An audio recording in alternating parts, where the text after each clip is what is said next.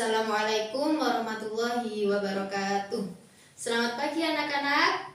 Gimana kabarnya hari ini? Alhamdulillah kalau kita sehat semua. Nah, sebelum pelajaran kita mulai, hendaknya kita berdoa terlebih dahulu. Doa mulai. Nah, sebelum kita ke pembelajaran, sebelumnya Bu Guru absen dulu ya, siapa yang tidak masuk. Pada pertemuan kali ini kita akan membahas tentang meneladani ketaatan para malaikat-malaikat Allah. Nah, apa sih malaikat itu? Malaikat ialah makhluk ciptaan Allah yang diciptakan dari nur atau cahaya. Nah, malaikat itu memiliki perbedaan dengan manusia. Kalau manusia memiliki ayah, memiliki ibu. Sedangkan malaikat tidak memiliki ayah dan tidak memiliki ibu. Serta malaikat itu tidak memiliki jenis kelamin. Jadi malaikat itu tidak perempuan dan juga tidak laki-laki. Malaikat itu termasuk makhluk yang paling taat kepada Allah.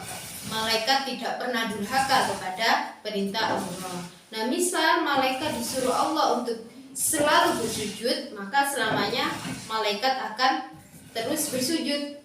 Dan jika malaikat disuruh oleh Allah untuk bertasbih, berzikir pada Allah, maka selamanya malaikat juga akan berzikir kepada Allah.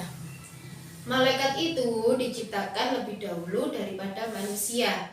Tapi meski malaikat diciptakan lebih dulu daripada manusia, derajatnya bisa lebih tinggi daripada malaikat jika manusia itu selalu melakukan hal-hal yang baik, selalu melakukan perintah Allah. Jika manusia selalu menjalankan apa yang diperintahkan Allah, maka derajatnya bisa lebih tinggi dari malaikat.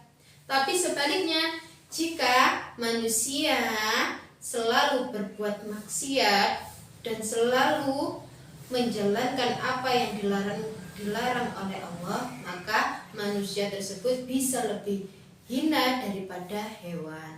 Iman kepada malaikat itu termasuk rukun iman yang keberapa anak-anak? Rukun iman yang kedua.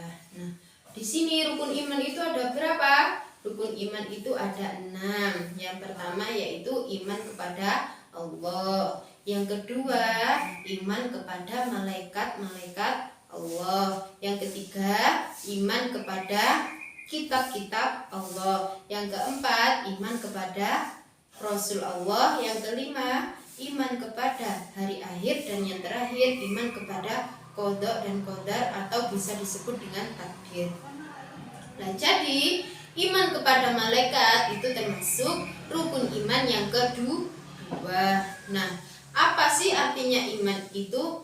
Iman itu kita percaya dan meyakini dalam hati. Jadi iman kepada malaikat Allah yakni kita percaya, beriman kepada Allah, percaya dan yakin bahwasannya Allah itu menciptakan para malaikat beserta diberi tugasnya masing-masing. Sebagai orang muslim, kita harus iman kepada malaikat Allah. Kita harus yakin kepada keberadaan malaikat-malaikat Allah. Nah, karena apa? Karena kalau tidak yakin, tidak iman kepada adanya malaikat, maka orang tersebut belum dikatakan orang yang beriman. Karena orang yang beriman itu berarti percaya kepada apa yang telah diciptakan oleh Allah, yakni malaikat.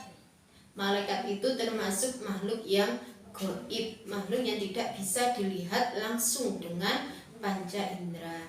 Tapi bukan hanya itu, malaikat mampu berubah-ubah bentuk sesuai apa yang dikehendaki oleh Allah. Bahkan malaikat bisa berubah menjadi bentuk manusia. Nah, karena pernah malaikat itu diperintahkan untuk menurunkan wahyu kepada Nabi Muhammad itu juga dalam bentuk manusia. Selanjutnya yakni mengenal nama-nama malaikat serta tugasnya. Jadi malaikat itu banyak sekali jumlahnya, tapi yang mengetahui hanya Allah. Dan kita sebagai orang muslim, sebagai orang yang beriman kepada malaikat, wajib mengetahui hanya 10 malaikat. Yakni yang pertama yakni malaikat Jibril.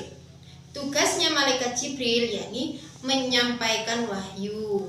Nah, bukan hanya itu, tapi malaikat Jibril ini disebut juga dengan pemimpin para malaikat yang disebut dengan Ruhul Qudus. Kemudian yang kedua malaikat Mikail. Nah, malaikat Mikail ini tugasnya menurunkan hujan serta memberi rezeki kepada seluruh alam semesta ini. Jadi semua yang menurunkan hujan, yang memberi rezeki itu malaikat Mikail dengan perintah Allah. Kemudian yang ketiga yaitu malaikat Israfil.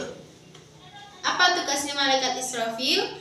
Tugas malaikat Israfil yaitu meniup sangkakala. Sangkakala itu trompet. Nah, jadi tugas malaikat Israfil yaitu meniup sangkakala sebanyak 2 kali. Tiupan yang pertama itu berarti pertanda hancurnya seluruh alam semesta ini beserta isinya, atau disebut juga dengan hari kiamat. Itu bunyi trompet yang pertama.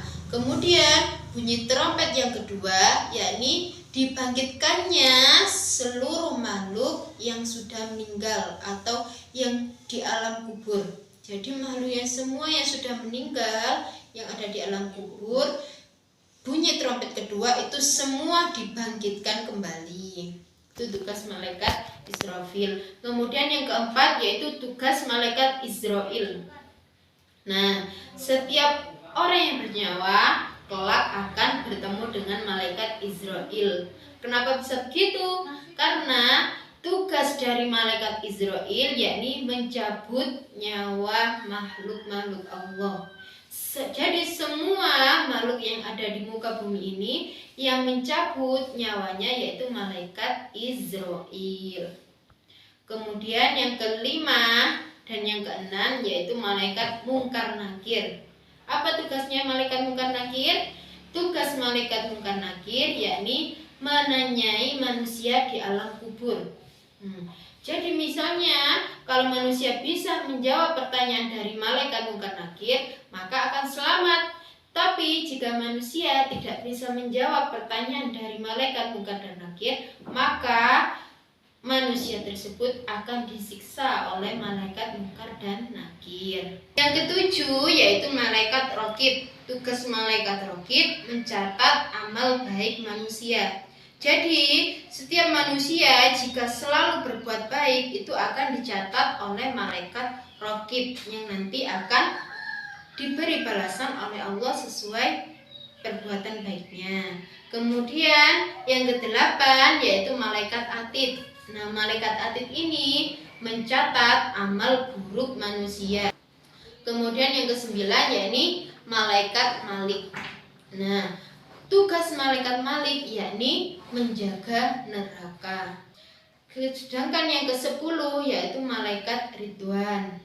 Nah, malaikat Ridwan ini tugasnya menjaga surga. Dan yang terakhir yakni meneladani sifat-sifat malaikat. Nah, apa sih sifatnya malaikat? Malaikat itu termasuk makhluk yang paling taat, tidak pernah durhaka kepada Allah. Jadi kita sebagai manusia harus mencontoh sikapnya para malaikat. Nah, apa yang harus kita contoh? Yakni selalu berbuat taat kepada Allah. Jika tidak ada yang ditanyakan, maka Bu Guru anggap semua paham ya. Nah, tadi pemaparan dari Bu Guru. Nah, sebelum pelajaran kita akhiri, mari kita berdoa terlebih dahulu. Berdoa mulai. Nah, sekian materi kita hari ini. Kurang lebihnya Bu Guru mohon maaf. Wassalamualaikum warahmatullahi wabarakatuh.